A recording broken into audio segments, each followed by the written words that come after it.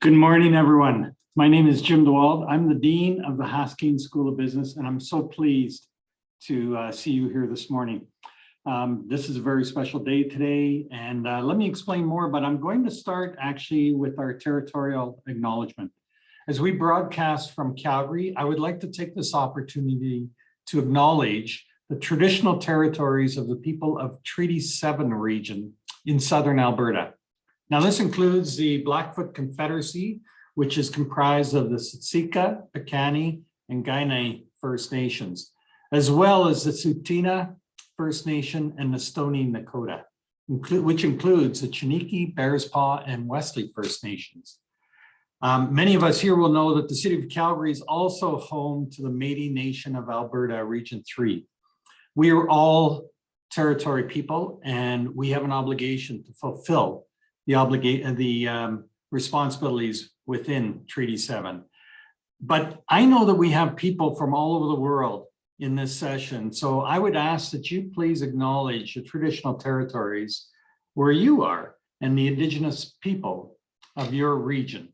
This is a very important part of our process going forward. Now, this morning is really special, and you might have seen the screen beforehand that talked about the genius of and this day is all about and.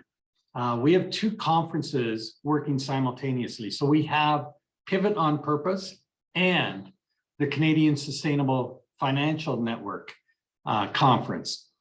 And social entrepreneurship is all about and our speaker today is really the genius of and. We have a special guest here this morning. Our Professor Alex Edmans is a professor of finance at the London Business School and an academic director at the Center for Corporate Governance. He has a PhD in finance from MIT Sloan as a Fulbright scholar and was previously a tenured professor at Wharton.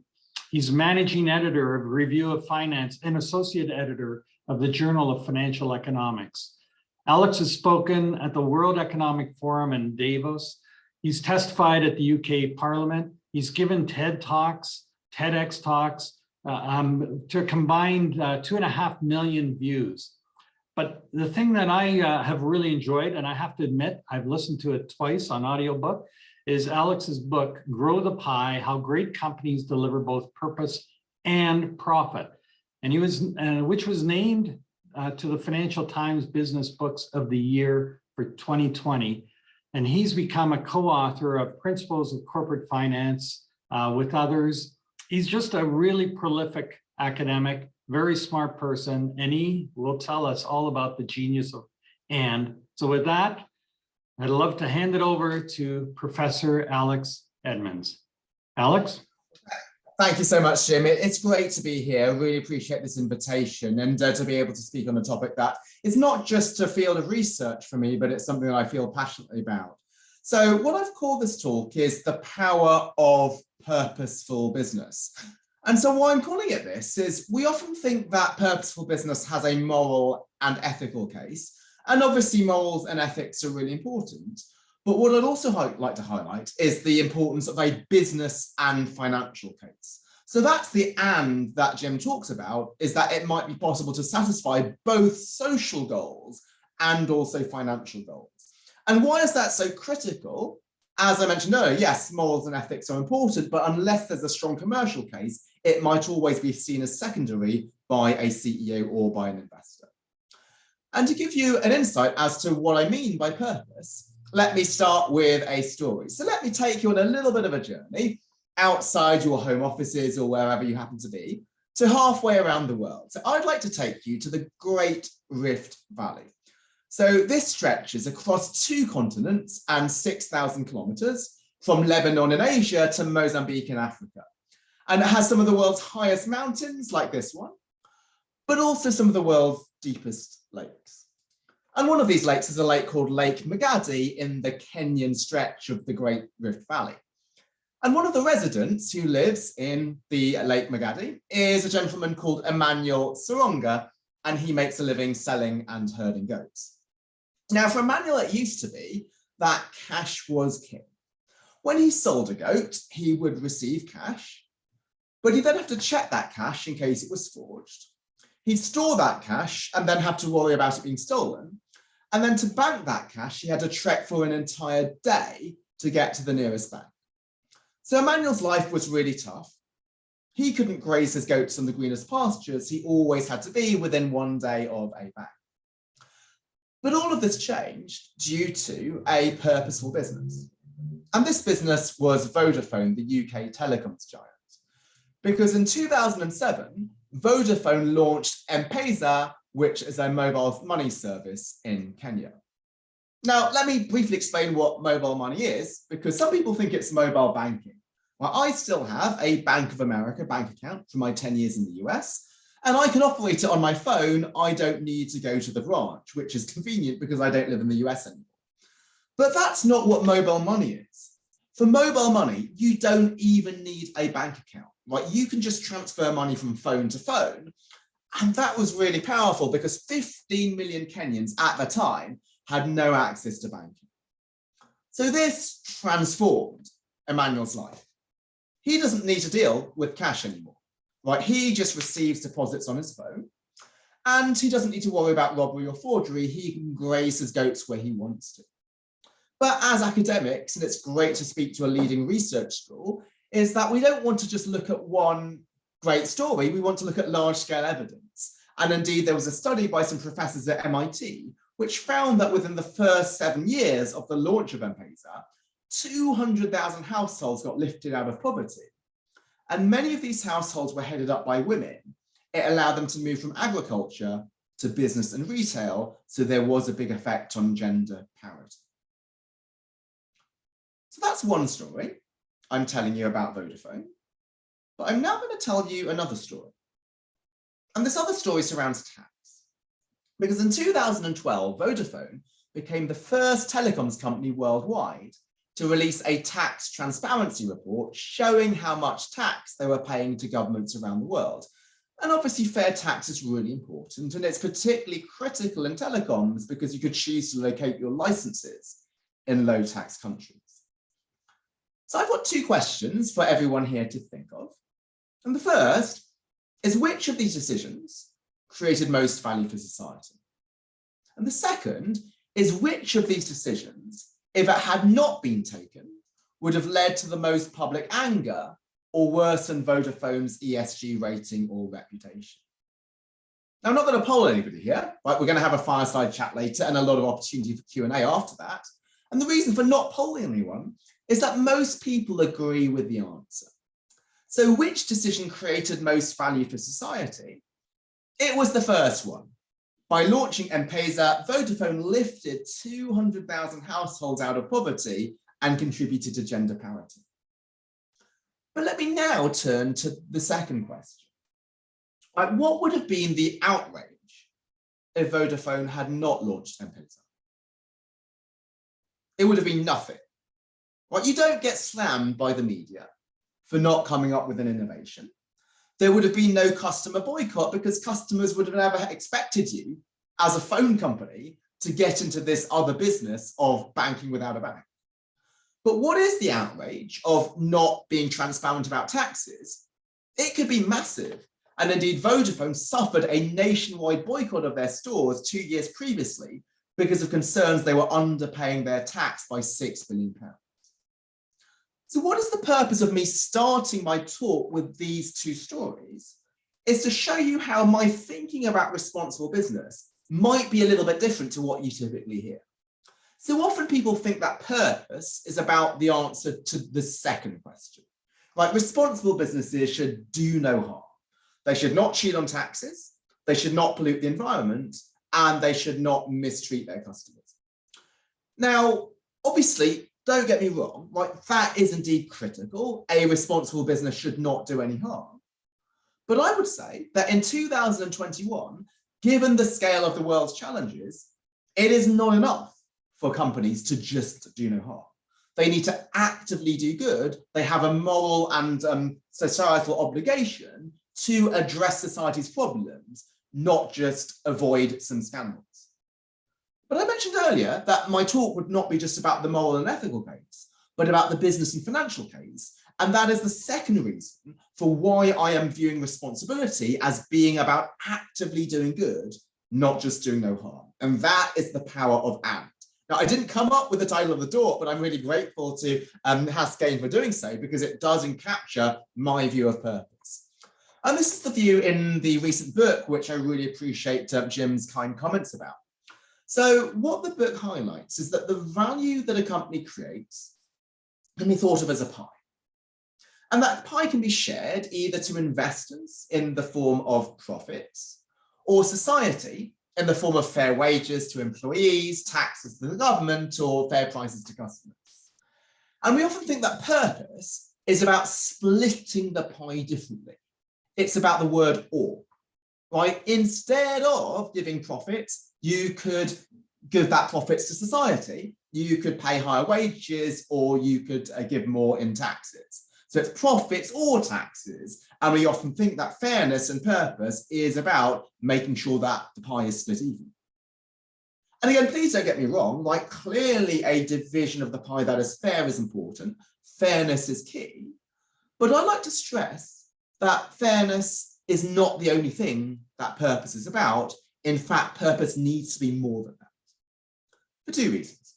The first is if purpose just means splitting the pie differently, then many CEOs won't actually genuinely want to do this, right? And indeed, 2 years ago, we saw 181 CEOs sign the Business Roundtable statement claiming they're going to serve society, but many of them don't seem to have put it into practice.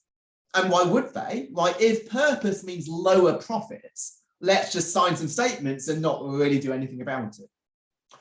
The second reason why purpose can't just be about this different split is that it's bad for investors. Now, many people think, I don't care. We like to see investors as nameless, faceless capitalists. Investors are them, society is us, and if we can take from them and give to us, then everybody's better off. But as I'm sure everyone here knows, right, investors are not them, they are us, right? They might include the Canadian Pension Fund Investment Board, which is saving for future retirees. They might include insurance companies funding future claims. They might include Calgary's endowment funding future research and teaching. So any repurposing of business absolutely needs to take investors seriously. Profit is a key responsibility of a company. So this is why I view purpose as being about growing the pie, right? So we absolutely do want to increase the orange, but the way we do this is not by giving a greater slice of what's already there. It's not the word or, but it's through actively creating value, coming up with some crazy ideas like banking without a bank. And why is that the best way to serve stakeholders? Because of the power of AND. Is that even if the motivation for innovation was to serve society, not to make money, ultimately investors might be able to profit. So go back to 2007. At the time, Vodafone's strategy to make money was to expand in the West and to win spectrum license auctions in the West. However, the desire to create value, it unlocked this vision of trying to use their technology in a completely different field, mobile money, in a completely different region. And ultimately, they were able to monetize it and they were able to profit from it. But that's something that they would have never considered had they done the traditional net present value analysis that Principles of Corporate Finance has been highlighting for the past 40 years. Right? It's true that finance is forward-looking.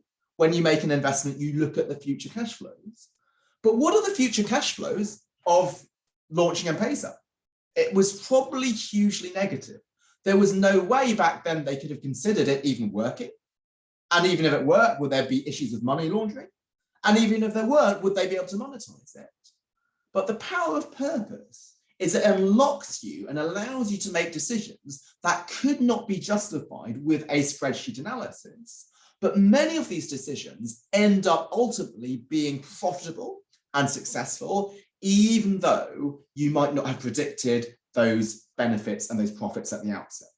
So the power of purposeful business is to give you the insight and give you the freedom to explore these societal actions which end up ultimately being profitable. Now, at this point in my talk, you might think, well, everything I say sounds great, but where's the evidence, right? It sounds a bit like wishful thinking. I'm saying companies should just serve society and then magically some profits will appear, but that almost seems too good to be true. And so this is why my role as a finance professor is to look at the large-scale academic evidence as to whether this actually bears out in reality. And it's really important when we look at evidence to be careful of this thing known as confirmation bias, which is the tendency to accept evidence if it confirms what we would like to be true, right? And this is a particular issue in responsible business where everybody would like it to be the case that responsible companies always perform better. And so if there was even a flimsy study which claims that responsible businesses perform better, you might accept it uncritically because you would like it to be true, right? And this was something that I explored in my TED talk that Jim kindly mentioned, What to Trust in a Post-Truth World, which is on the importance of rigor in academic research.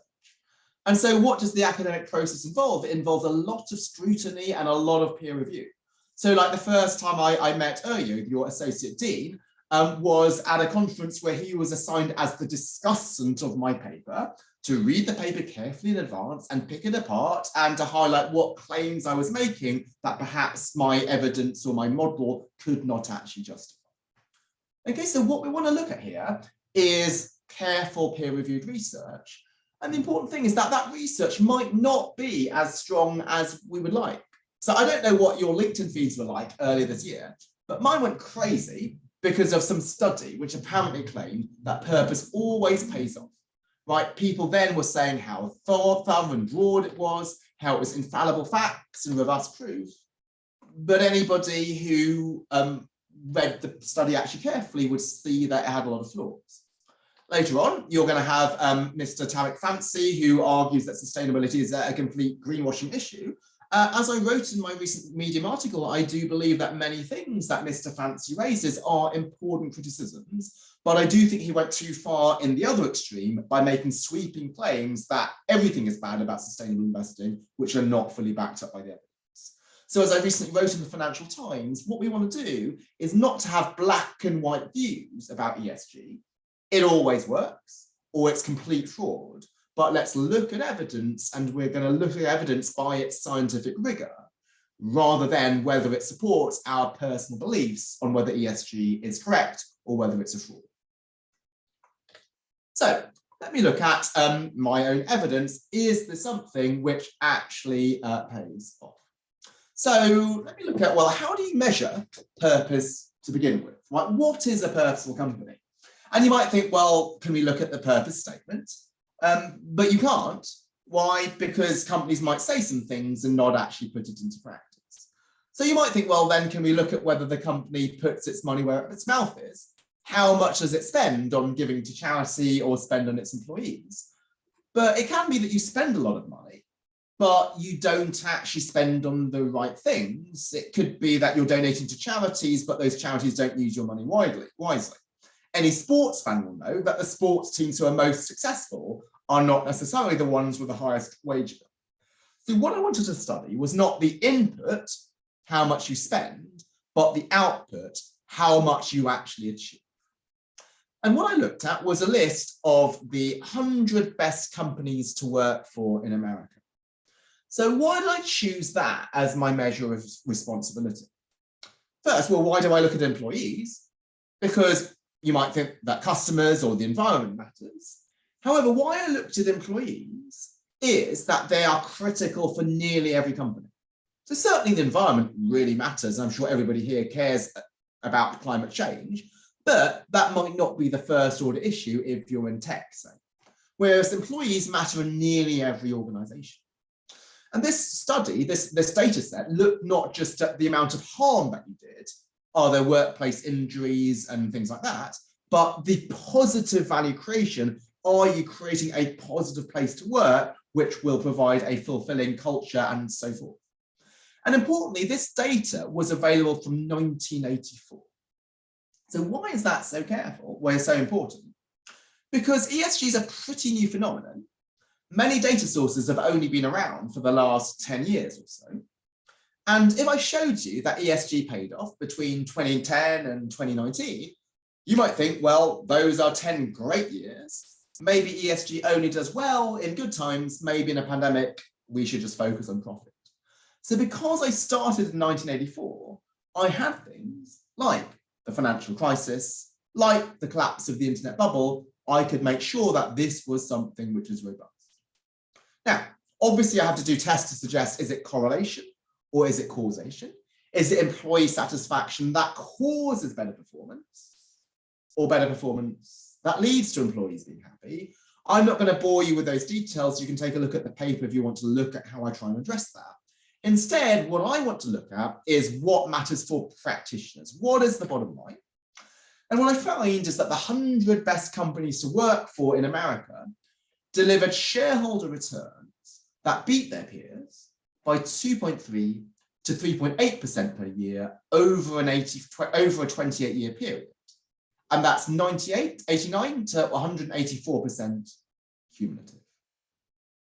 So it's worth pausing momentarily, but beyond the numbers, and to think about, well, what is the significance of this result?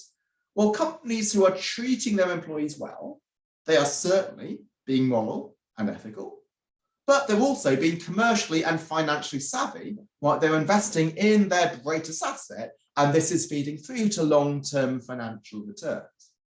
And so companies that treat their workers well are not donating parts of the pie to their employees, but they're growing the pie because the workers are becoming more motivated and more productive, ultimately leading to greater profits, and that is the power of that. Now, my final sections will be, well, how do we then put this into practice, right? Well, I've talked about you should, create value for society. It's about actively doing good, not just doing no harm. And this leads to long-term returns. But how do you actually think about being purposeful? And here I'm going to present some arguments in the other direction, actually. So often people think that purpose is about altruism. It's about serving as many stakeholders as possible. Companies might have a statement like this: our purpose is to serve customers, workers, suppliers, the environment, and community. But if you think about what the word purpose means, it doesn't mean altruism. It means being focused and targeted.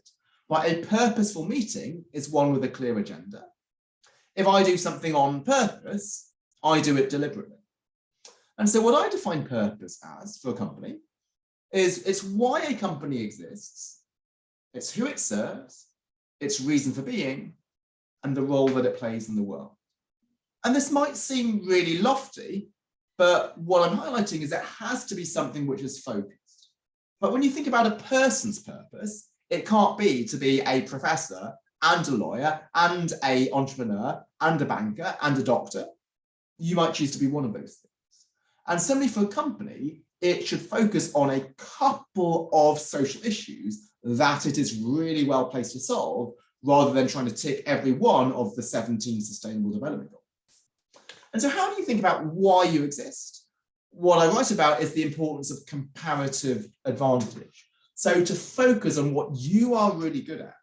So why did Vodafone launch M-Pesa rather than a climate initiative, even though climate is really important? Because that uses its expertise in technology, and that's an application that it was uniquely placed to solve. What about the who? Like, who do you want to serve out of all of these different constituencies? And what I talk about is the principle of materiality. So what does that mean? Right, well, there's loads of stakeholders who you could try to serve, but it may well be that you can't serve everybody. There are trade-offs. And some of you may have seen this. It's the materiality map of the Sustainability Accounting Standards Board.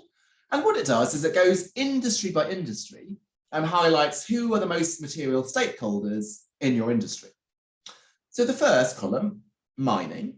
Clearly, the environment is important. If you are Rio Tinto and you blow up Juukan Gorge, then you're going to have a bad reputational impact. However, if you're in banks and financials, then actually the environment doesn't matter so much in terms of being an input to you. But what really matters are things like selling practices and product labeling, because if you are Wells Fargo and in the fake bank account scandal, that's going to be really bad for your business. And so why does materiality matter? This is the finals academic study I'm going to suggest. And what these people look at is ESG data across the board. And what they find is that companies that do well across the board, across every issue, they don't actually beat the market. Right? They only beat the market by 1.5% per year, which is insignificant. And that goes against the idea that ESG always pays off. But then when they redo the analysis and they look at companies that do well on the material issues, but they scale back on the immaterial ones, they do outperform by 4.8% per year. And again, let's just step back from the numbers and think about, well, what these results mean. Actually, what purpose is about is not trying to be all things to all people and to tick every single box, but to focus on the issues that are most material to your business.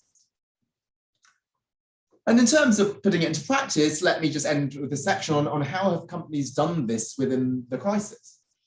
Right, so in the crisis, we've seen some companies respond in amazing ways, which have been about splitting the pie more fairly. They have used all. So what they've done is they've said, rather than maximizing profits, let's try to give up part of the pie to help others. So there are companies who are paying their workers, who were paying their workers even when they were furloughed. There were some companies like Unilever giving 100 million euros of food and sanitizer to local communities. And these are fantastic things, right? Any company that's done that should be widely praised. But why I started my talk with the importance of viewing responsibility as being about growing the pie, the power of and, is that if we see purpose as being the power of or, then many companies can't actually help out in a crisis. But if you don't have profits because your business is being really hit, right, then you can't actually help out. So you don't have pie to give. So this is why it's really important for people to see purpose as about creating value rather than just donating money or changing the split of the pie. So what I think a purposeful leader should ask herself is, what is in my hand? What is the resources and what is the expertise that my company has? And how can we use this to serve society? And why is this so powerful?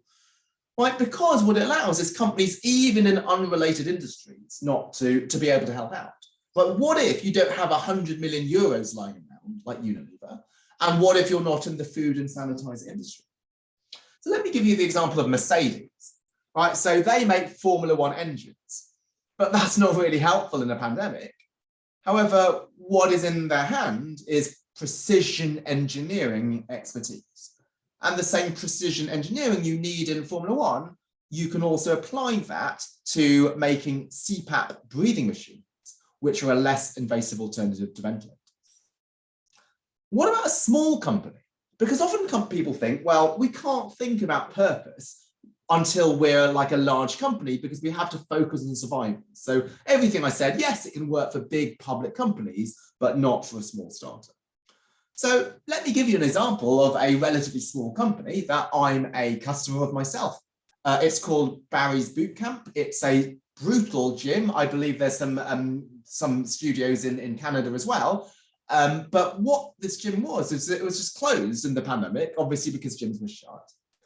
But what was in their hand was fitness expertise. And so what they did was they launched a lot of Instagram fitness sessions, free classes, which really helped people self-isolating at home. This didn't cost them anything, but because they already had that fitness expertise, they were able to put on these classes for zero cost to themselves. Now you might think that is not the greatest example, because where's the innovation there? It's not that surprising that a fitness company is using fitness expertise. But here's what was really interesting. What did they do with the desk workers of the gym? Because when the gym is shut, the desk workers don't have anything they can do. But what it turns out is that many of these desk workers were actually actors as their main job. But if you're an actor, it's quite volatile in terms of your income. So what they did is they took the desk job at Barry's Bootcamp to supplement their income. Now, if you're an actor, what is in your hand is you're really funny. Well, how does that help? Well, in the pandemic, what you had was a lot of people self-isolating at home because so as you had a lot of schools were shut and therefore children were home and the working parents weren't able to do work because they had to look after their kids. And so what they did was they launched these Zoom storytelling sessions, which just allowed parents a couple of hours to be able to focus on a work call where they didn't need to worry about childcare. Now that was only a small thing, but it just highlights the power of viewing purpose, viewing responsibility, not just about donating money, but instead using whatever expertise you have at your disposal. And my penultimate slide, this applies to people. Right? We've often talked about companies, but companies don't make decisions like people do. And often we think, well, the person who makes this decision, yeah, that's the CEO, but then how does that apply to people who are not the CEO? And what I want to stress in my penultimate slide is that this is something that everybody can do, even if you're the most junior person in an organization. So before my current life of poverty, I had a proper job. I was at Morgan Stanley as an investment banker, and I joined right at the bottom, right? And I joined and I thought, well, I have no power. I'm the most junior banker here. Nobody works for me. But I realized that people did work for me. There was my secretary, there was the IT department, and there's perhaps the most misused department at an investment bank, which is the graphics department. So what you do is you scribble some PowerPoint slides, you give it to them to mark up into a spreadsheet, a presentation. And often people shout at them for not doing what you wanted them to, even though it was probably your fault for not having explained it clearly. But there were times where I got some great work back from graphics. I call them up and I say, hi, this is Alex. Whoever did my job, this was fantastic, right? You did all these 3 things well. I didn't even ask for this 4th thing and you did it anyway. And honestly, I did not say thank you to be seen as a goody-goody or to be seen as a nice person. I just said thank you just to show appreciation. But because I was so junior, I didn't have my own office. I sat on the open plan floor. It was called the bullpen back then. And so because of that, then other analysts heard me and they started saying thank you themselves. Now, I'm not going to claim that I changed the entire culture of Morgan Stanley myself. Obviously, I didn't. But if just on the 7th floor of our offices in Canary Wharf, London, that led to analysts saying thank you to the IT department and to graphics and to their secretaries, then that might have had some small impact. So this might seem a bit of a corny phrase, but to be the thermostat, not the thermometer.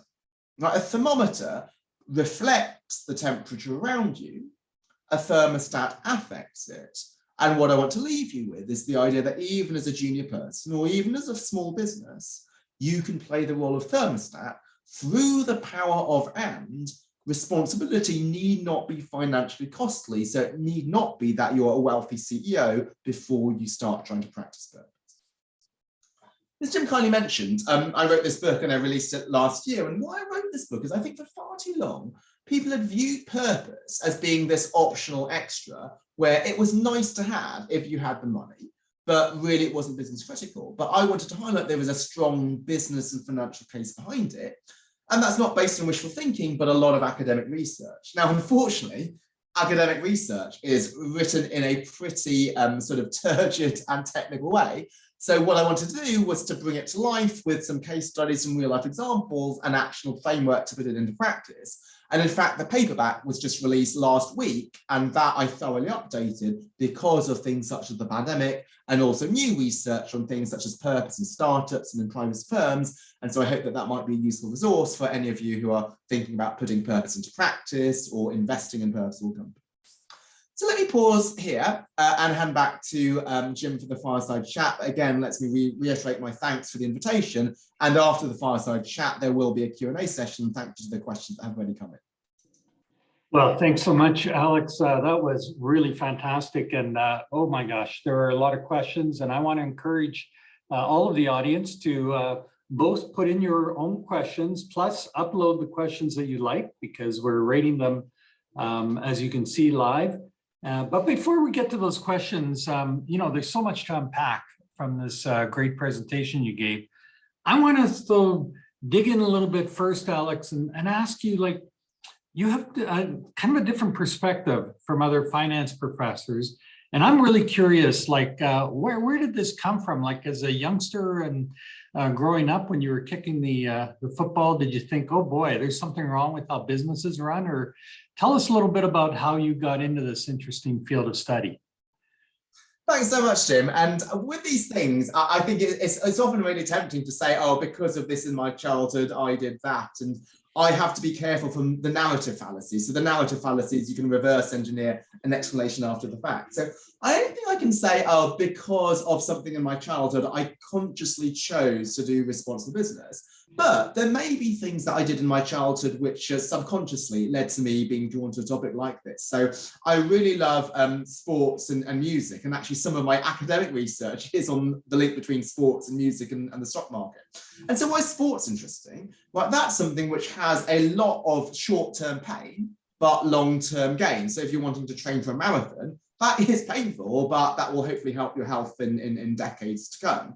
Similarly with music, that's something which can involve a lot of practice without much of a clear benefit, at least not in the short term. Like if you're building a factory, even in the short term, you can see the bricks and mortar being built up. Whereas an intangible asset like corporate culture, you don't have even short-term signs of it. And I think that is the same with trying to learn to play the piano or to learn to dance or something where even after like 6 months or so, you might not be able to see some tangible output. And actually, even before music and sports, my first ever hobby I did was to play chess. And so that was something I used to play for the England junior team. And then when you first start, like you want to make your moves as quickly as possible. But then when you get a bit more sophisticated, you want to sit on your hands, think and plan long term. And so this may well be that why then when I started my PhD, I thought about how can we think long term as a business? And certainly people had looked at investment for the long term decades prior to me, but they had often looked at capital investing in machines, where, as I mentioned, even in the short term, while it might not have been built, you can see some progress. Whereas the real investment, which might be really important, like investing in corporate culture, that's something where you might not even be able to see progress in the short term. So that's why I wanted to work on a topic like that. Wow, that's interesting.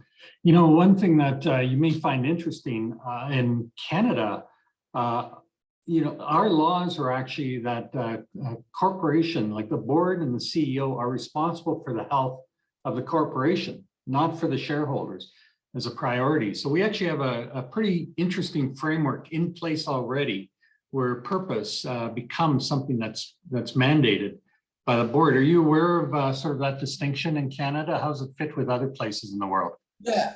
And this is actually also the case in the UK, which is interesting because often people argue, well, the UK is all about shareholder primacy. But if you read section 172 of the Companies Act, it will enshrine the duties of directors as being for the success of the company, for the benefit of the members as a whole. So exactly in line with Canada. And even in the US, where people think about shareholder primacy, right? Often people think, well, that's really bad. We need to change the law because that's about short-term profit. But that's not the same thing because shareholder value is an inherently long-term concept, right? We learn in Finance 101 that shareholder value is the present value of all future cash flows of a company. And that's not just something in theory, it's something in practice, right? Why is Tesla worth so much money? It's not because of its near-term cash flows, not even in terms of its 10-year cash flows. Perhaps it's because of its 50-year cash flows that it's worth so much. So the idea that we necessarily need to change the law in the US to allow companies to be responsible, I don't think is true. We've indeed seen some companies do some huge things in the pandemic, which they've been allowed to do, despite there being shareholder primacy. There is the business judgment rule within the US, which gives a lot of discretion to companies and to management teams to do stuff to help wider society. So I feel that there might be a bit of a distraction if you send the message that you need to change the law in order for companies to think about purpose. Then many companies will think, well, let me not bother to do this. Let me take the simple approach of focusing on short-term profit. And I think that is a bit of a distraction. So it's great that, Jim, that you highlighted that in Canada, the duties are to the company. That's the same in the UK. And I'd say that even in a regime like the US, it's not that shareholder primacy leads to a focus on short-term profit or puts clear constraints on your ability to be purposeful. So then it must be a little confusing that, and maybe I misread you, but with the Business Roundtable statement, to focus more on stakeholders and than shareholders. Like, shouldn't that just be, oh yeah, check, let's move forward on that. But it sounds like you're a little more skeptical on how that's actually being played out. Yeah, that's interesting because like with the business roundtable statement, there was, I think, two main reactions. So some said this was absolutely radical and a great thing. And others said, oh, this is a terrible thing because you're going to make shareholders worse off. And following some of the things to what I said, you can't forget about shareholders. But let's actually think about the business roundtable statement. And I actually, none of the questions between Jim and I are planned. This is all unscripted because I think it's more fun this way. But I just have the slide on what the business roundtable statement says. And it says, we're about delivering value to our customers, employees, suppliers, and communities. But that is just good business. That's just business. That's not particularly purposeful business. Even a company which thinks about just shareholder value, you would want to do all of these things anyway. So all of this is consistent with Milton Friedman. Now, Milton Friedman said the social responsibility of business is to increase profits.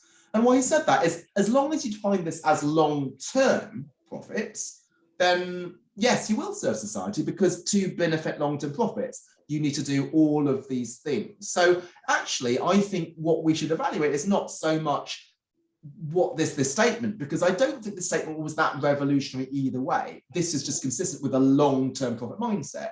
Instead, what really matters is, did they put it into practice? And it does seem that in the pandemic, when the rubber hit the road, there were companies that were still paying out dividends or engaging in share buybacks when they could have helped more in terms of not furloughing or laying off their workers. Can we talk a little more about Milton Friedman? Because I'm curious, how much of what he was saying was just the time and place, the political framework, versus today with polarization and the inability of many governments to actually do their job. Does that put more responsibility on the corporation? Yeah, and it's great that you phrase the question that way as well, because people, when they criticize Friedman, and in 2021, it almost seems to be a requirement for acceptance into polite society to say how much you disagree with Friedman. But as one of my pastors used to say, a text without a context is a pretext. So if you don't interpret the context in which something was written, then you can use it to justify all sorts of bad stuff. And the time in which Friedman was writing was one in which the government was saying to companies, you need to engage in all of these really responsible behaviors, when it should be the government itself which should have set things such as laws in order to outlaw some really bad externalities. And this is the main thing on which Tarek Fancy and I agree, is that the primary responsibility on repurposing the economy is on governments through a carbon tax and so forth. And if the government sets the rules right, then actually in many cases, it is fine for a company to focus on long-term profits. So why he said that was not because he didn't care about anything other than profit, but he was saying, no, it's actually the government which has primary responsibility for this, and companies should then just focus on profits subject to the rules of the game. Now, one caveat is I don't fully agree with Milton Friedman. So while I do think that he was right in many ways, and I think his paper was much more nuanced than we give him credit for, the main challenge, the main problem with what he says is that he thinks that you can sort everything with regulation. Now, regulation does work for many issues that are measurable. For example, you can regulate carbon emissions, you can regulate minimum wages, but many ESG issues you cannot regulate because you can't quantify them, and therefore you can't prosecute. So how can you prosecute a company for not having a sufficiently vibrant corporate culture? Right? That's not something you can ever take a company to court for, but it could be that investors think, well, we want to hold a company to account for being a great place to work because this is something that is going to lead to superior long-run returns. So while Friedman is right, the government has a big responsibility, I think companies should go beyond what even a well-functioning government is legislating and thinking about these intangible issues, which are things which will improve long-term value. Very interesting. I guess as an overall comment, you're saying, let's not apply 2021 cancel culture rules to 1971 framework.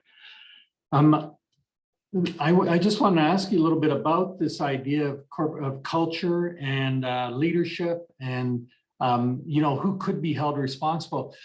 Some companies and some professional service organizations actually have a democratic process for selecting leadership within the organization. I don't know, is that something that you've ever looked at or thought about, and how would that play into this this ability to have the right culture and that would lead into purpose?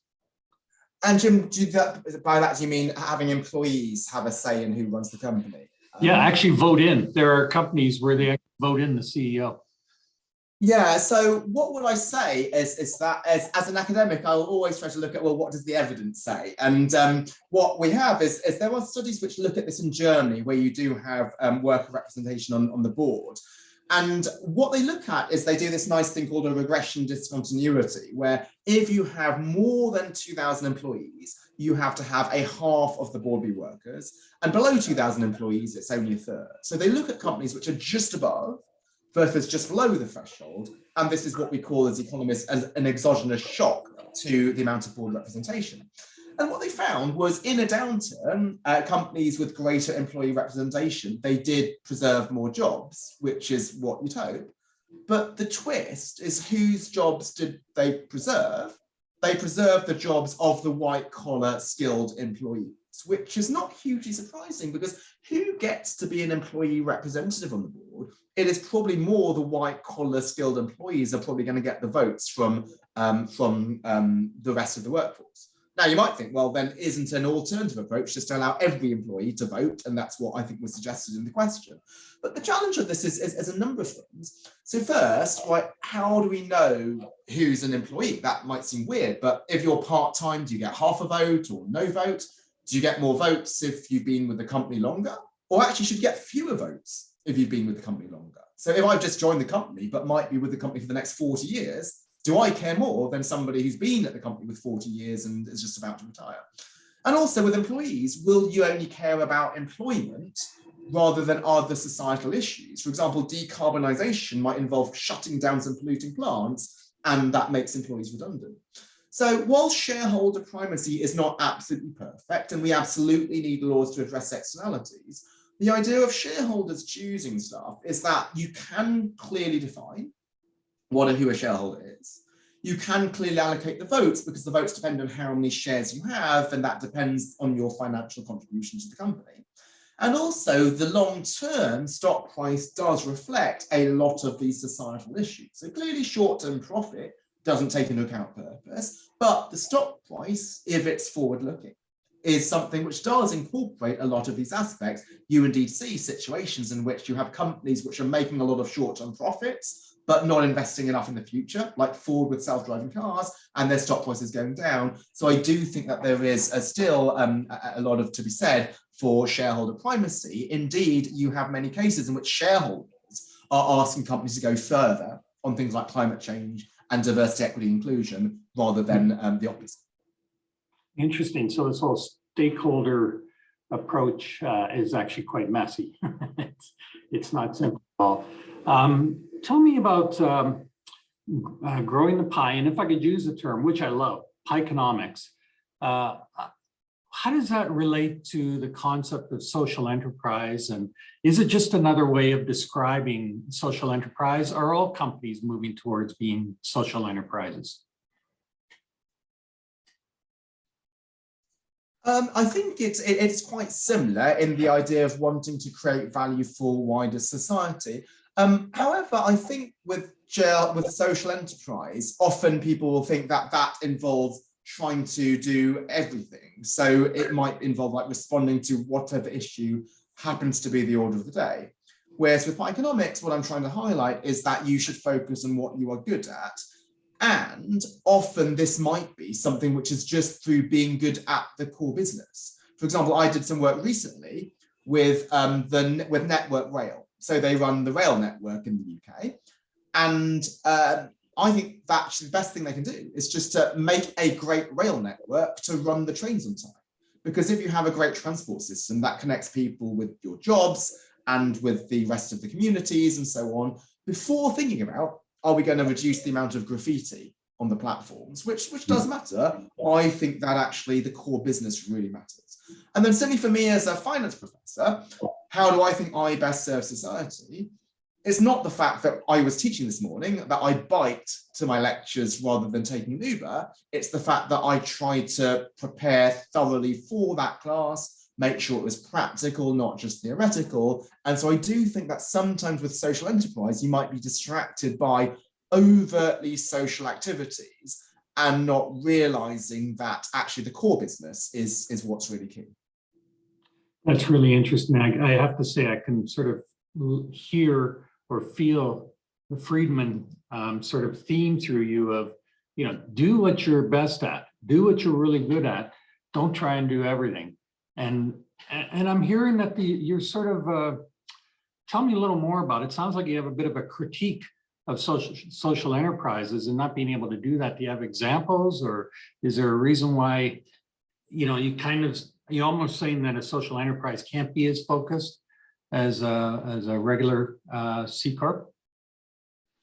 Yes, I don't think it's that they cannot be. Certainly they can be, but there are examples where some enterprises have gone a bit too far. And there was a book called The Enlightened Capitalists: Cautionary Tales of Companies That Tried to Do Well by Doing Good, which has a number of examples of that. And maybe a more recent case, which was transpiring after the book was finished, is one of Danone. Now, my views on this might be controversial. Maybe you're not going to agree with, not everybody will agree with this, but I think Danone was great in many ways, and I do feature them in the book. But I do feel that at times they were trying to be seen to be responsible rather than actually practicing responsibility. So I think a lot of companies which are truly responsible will do that, and will do that in some quiet ways. So improving corporate culture, that's not something where you can easily communicate that to outsiders. But what they did was they focused on becoming an entreprise à mission and becoming the first to do all of these things, and overtly saying things like, we just toppled the statue of Milton Friedman, suggesting this awe mindset. And then if you look at the actual performance, right, Emmanuel Faber had been there for 6.5 years, so this was not short term, but they had been flat, whereas the rest of the CAC 40 had gone up by about 50%, including close rivals. And indeed, in terms of their performance for society, they had to shed a number of jobs because of their poor financial performance. So I do think that sometimes if you get distracted by too many things which might be non-core, then it could be that you end up actually serving nobody. So what I'm going to share in the chat is a great article by one of my colleagues at London Business School with his view on Faber and Danone, and he's a very strong supporter of responsible business as well. So I think we just can't try to be too many things to all people. Often when an issue transpires, we think we need to react to it to be seen to be sort of responsive to the social issue of the day, when in fact I think a responsible business should be more proactive rather than reactionary, thinking about, well, what are your key strengths? What is your comparative advantage? And what are your material issues? And to focus on that rather than responding to, oh, there's an issue in the news and we need to say something about it. Okay. I'm going to actually bring in some questions from the audience. We have Alex is asking, what is your favorite example of a social enterprise and why? Well, I actually think that some of the ones that I've already given are my favorite examples. And why do I like that? Because those were companies which were not doing stuff, which was sort of donating money. So if you say I gave £10 million to charity, that sounds great. But I think if you're using your expertise, that is something where you can achieve so much more. So Vodafone and M-Pesa, there was never any requirement to do that. There wasn't pressure. It's not like, okay, Mr. Floyd is murdered, let me give money to Black Lives Matter. I clearly care about ethnic diversity, but I think that is reactionary, whereas these things were proactive. So I would say Vodafone and M-Pesa, or Mercedes and breathing machines, or one that I haven't mentioned previously. In the book, chapter 1, we have the idea of Merck developing ivermectin to cure river blindness, which was a serious disease affecting some of the poorest people in the world who could not pay for the drug. So you might think there's a pharmaceuticals firm, let me design some dermatology treatment that I can sell to people in the West because they'll pay a lot for it. There is no money to be made in river blindness. But if your purpose is to help improve human health, that's something that will drive you. What are the biggest problems, not the most profitable problems? Yeah, that certainly became a very interesting case study after ivermectin became quite an issue with the COVID treatment. So you were a bit ahead of the game there. Actually, just had a question on the side that one of our participants is asking if you could share the sustainable investment study link that you talked about earlier. I think it was 10. Yes, so I believe that somebody has shared it, but I would be very careful about that study though. So yes, it does provide results that we'd like to, but what they do is a meta-analysis. So what a meta-analysis is what they do is they take lots of studies and they find what the consensus is. But the problem is that many of these studies may just make really basic errors. So some of them, they will calculate shareholder returns, forgetting to include dividends, or they don't control for basic factors. So there are people who say, okay, did ESG outperform in the crisis? It did, but to some people, this was actually just because tech did well and energy performed poorly. You need to control for the sectors. So what a meta-analysis does is it does stuff where you just weight every single paper evenly, regardless of quality, whereas I would pay particular attention to what were the papers that are published in really good journals, and not to be sycophantic towards Eryo, but he published a paper in a great journal which looked at the performance of companies in the pandemic, and that was one which went through stringent peer review standards. And so what I will do is that I will try and share that on the chat shortly. That'd be great. That'd be great. I have to tell you, for 9 years now, I've been surveying our incoming Bachelor of Commerce students. So they're 17, 18 years old. And one of the things I asked them is, why have they come to business school? And it's on, like, their choices could be that their parents told them to, or, they want to be a CPA, which, by the way, 30% that select that. But it's actually a tie in first place every time between I want to make a lot of money and I want to make a difference in the world. And when I stress test it and I talk to the students and I ask them, I say, like, what are you, schizophrenic, or what's going on? They will always tell me that, no, we want to make a difference in the world. That's my primary goal. But I understand that that is through having business skills and applying them properly, which I think just fits in so beautifully to, you've brought this all together through Pikenomics. But I have to ask you though, for young people or those who are starting a new business, like, how do they really find this focus, and how do they get themselves moving towards pie growing rather than falling into the regular traps of business? And keeping in mind, everybody's got a CFO and all they're doing is measuring financial data. There's a lot of forces against being able to be a true pie growing organization.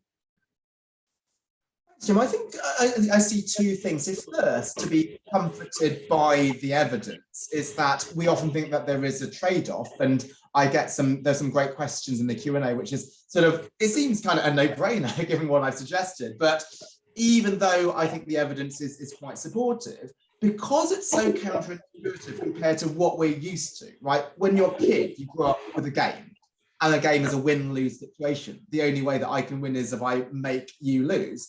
And so, yes, once you look at it, it does seem logical, but it is a bit of a 180 compared to what we got with. So I think just to look at the evidence and the data. But the second is to actually then rethink the notion of how you pursue a purposeful career, because then people get inspired and say, yeah, let me now be purposeful. And they think this means that they need to go into something like microfinance or working for a charity. And those may well be the great jobs for many people.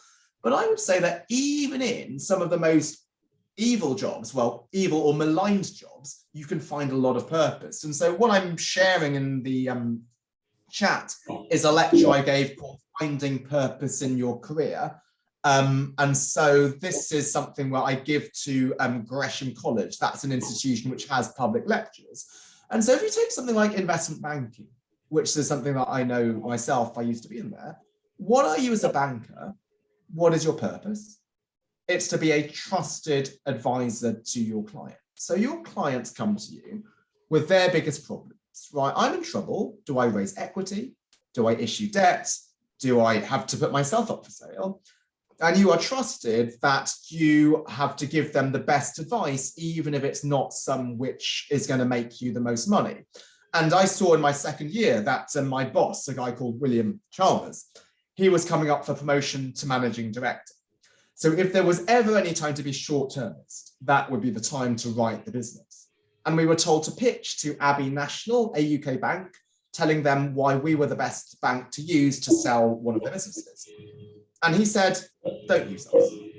Actually, don't use anybody. This is just not the right time for you to sell your business. So he turned down the business. And then unexpectedly, 4 years later, Santander came around and they made a takeover bid for Abbey National.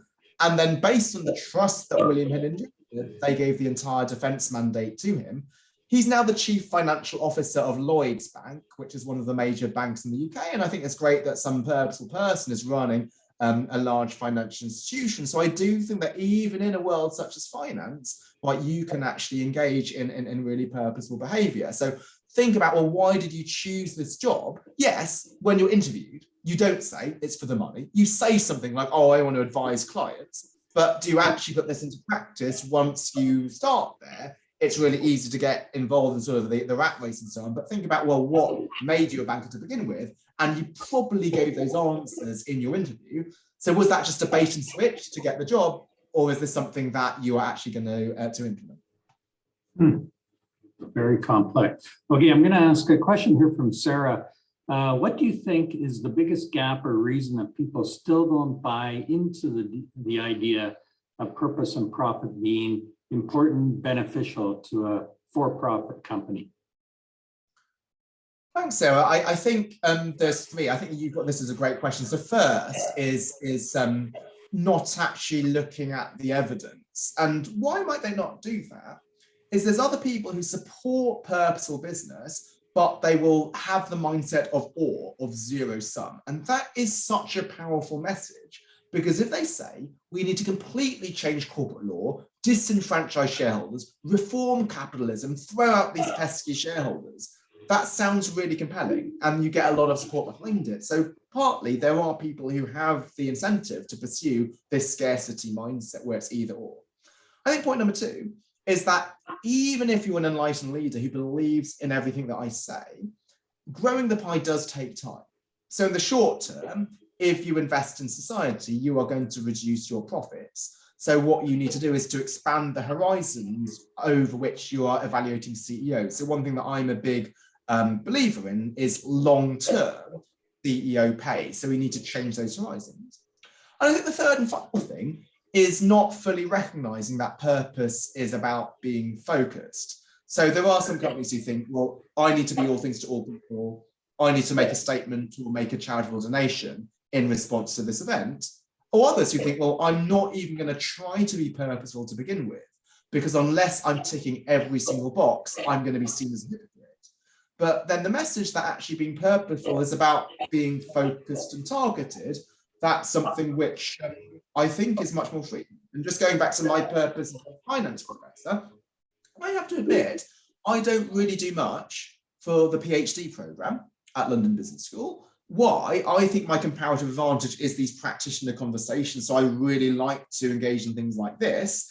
And the only way that I can buy time for that is if I reduce my PhD program activities. I'm also lucky to be a journal editor and to be able to devote a lot of time for that. That's my service to the profession, the academic profession. I can't do all of the other things as well. So we need to try not to tick every single box. So there is the reality of or. You can't avoid it. Like you're making a choice between PhD and practitioner engagement. Yeah, I think that's fair. So there are trade-offs which are unavoidable, and I hope, and I apologize if I gave the impression that it's always and. But what I'd like to stress is there's more and than what we would like to believe, than what we believe, and so there are more opportunities to create value. But also, I don't want to go too far the other extreme and say that there are never any tough trade-offs. So that's why things like materiality and comparative advantage are really important. So thanks for the question. I love that. Okay, that makes a lot of sense. That's great. Is pie economics a theory, or can it develop into a theory? Yeah, so it's a theory, it's like a framework for how to make decisions. So when you make decisions, do I think about how much they're going to create social value, grow the pie, or just lead to short-term profit, which is to split the pie differently? And so I say it's a decision-making framework, but based on evidence such as my paper on employee satisfaction, Uryo's paper on responsibility in the crisis. I've just seen Stephanie has just written to us relating to my last comment. She has a plaque which says, "You can do anything, but not everything." I think that's great. There was also an interview in the Financial Times. They had this series called 10 Questions, where they interviewed major female leaders. And one lady who was interviewed is Professor Laurie Hodrick, who was a full professor at Columbia, but also managing director and global head of alternative investments at Deutsche Bank. And they asked her, what is your greatest lesson learned? And she said, you can do everything you want to and be everything you want to be, but not all at once. And so what she said by that, and like you think about this in terms of your own career, right? So I'm really lucky that I've just enjoyed writing the book. But why did I do it now, but not at the start of my career? Is that I needed to make sure that I had all of the rigorous research for sort of 40 years or so before I could even think about writing a book and making it rigorous. I think that could be same for companies. Like companies might have great ambitions to completely move something to renewable energy, but maybe right now there might be an even more serious ESG issue that they need to be dealing with. Cool. Okay, I'm going to blast through a bunch of the questions here and give you a chance to respond to them. So from Allison, the question is, I agree the business case is strong for purpose in business, but given that, what then is holding us back? Do we start to address it? How? Yeah, I think my answer to that would be similar to the answers that I gave to Sarah. So I'd say, number one, the evidence on the fact that these things are not in competition generally, that and is something realistic. I think point number two is the idea that we do need a long-term mindset. So even if you have an enlightened CEO who believes in everything that I say, she won't have the freedom to pursue and without a long-term horizon. And number three, the recognition that companies can't do everything. And then I think we need to show a little bit of forbearance towards companies in that we shouldn't expect them to do everything, but just to focus on the material issues. Just as if I was to be lambasted for the fact that I'm not in every single PhD seminar, then that would not free me to do my editorial duties or my work with practitioners. Your second point, that the CEO doesn't have the freedom to do things like, do we just, cop out? Do CEOs need to be braver and just say, yeah, sorry, CFO, I don't want you to report this. Our shareholders report's going to look different going forward. Like, are they not taking their power to the level they should?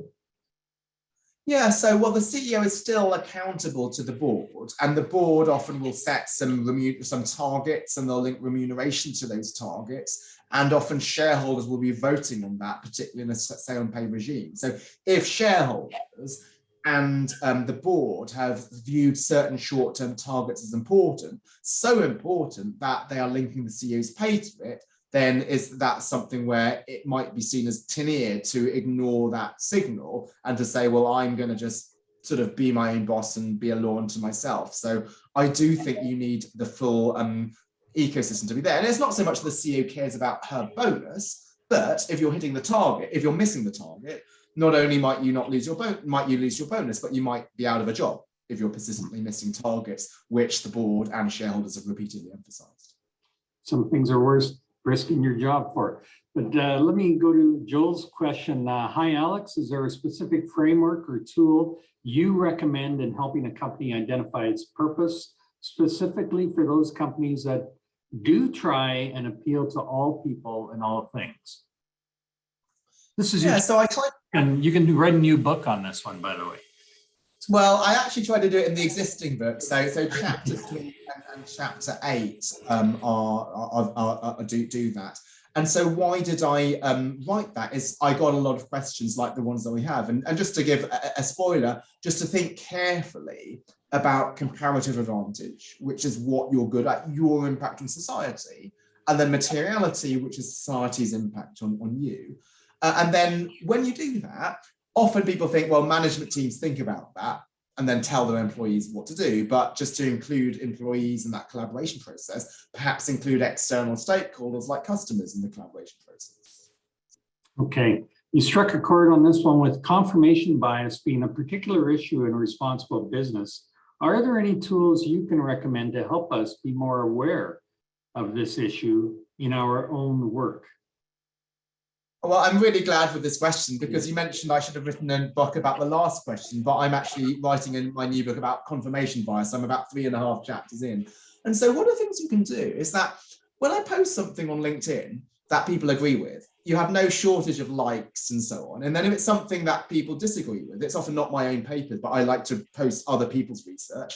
Then people will say, oh, here are all the admitted variables and all of the other factors that they haven't explained. So if you see a study which gives you a nice result, imagine the study had found the opposite result. Ask yourself, what are the other things that you would have asked them to control for, like industry performance or something, and then check whether your desired study has actually done that. So again, think about what the opposite would be, and then see, well, what were the objections that you'd come up with? And also, if you are to believe that something is always the case, just put into Google the opposite, right? And then see, are there results which are finding the opposite, and are they published in top peer review journals? And if they are not, then you are probably right. But if they are, can you read them and take these seriously? Wow, that's a great trick. I'm going to remember that. Can you talk about the idea of a B Corp? Yeah, so the idea of a B Corp is one where, so this is important because sometimes people get them confused with benefit corporations, which sounds pretty similar. So benefit corporation is changing the legal status of a company, changing the articles of association to make a company have a responsibility towards wider society. A B Corp is a certification by some external body called B Lab, which certifies you as being responsible. And my view on this is rather nuanced, and which is similar to my views on most things, is that that can be an advantage, is that if you are a company which does require, which you'd like to show the progress you've made, then you can get B Corp certification. Sometimes it could be an aspirational target for a company to get this certification. But there are others who seem to suggest, oh, you're not truly a proper company unless you have B Corp status, or I'm not going to buy from you or work for you unless you're a B Corp. I think that's kind of problematic for a couple of reasons. First, it might be that companies just focus on doing responsibility rather than getting a certification for it. And the second is that B Corp is only one opinion. So one of the other bits of academic research, which is really strong, is on how ESG ratings disagree with each other. And that's not surprising because people might have different subjective opinions. Is the environment more important, or are employees more important, and so on? B Corp is one assessment, and it might be that a company is still truly responsible, but just doesn't happen to fit B Corp's unique framework. So I'd say it can be good, but I think it should not be seen as a panacea, and some people do view it as a panacea, unfortunately. Alex, this has been unbelievable. Thank you so much for your time. And I know you're getting into Friday evening where you are. It's just sort of mid-morning for us. Thank you so much for participating in this. I'll just ask you if you got any closing comments as we have to move on to the next session. No, other than just say, well, a huge thank you to everybody for their interest. And I think just the ongoing message I'd like to give is that this is something where there is evidence and research backing it. The idea of and might seem to be a pipe dream, particularly given how often we think about things as having a scarcity, and also given the message that other supporters of responsibility have, that we need to disenfranchise shareholders and move away from profit. I think that while there are still some trade-offs, there are a lot of win-wins, and this is something where we have both evidence and also case studies. So any company pursuing responsibility is not swinging in the wind and venturing into the unknown, but they're going on the coattails of research and prior companies that have done it so successfully. Okay, well, thank you so much, and I look forward to reading more of your work. Very enjoyable, and let's all grow the pie together. All the best. Thank you so much, Jim. Really enjoyed it.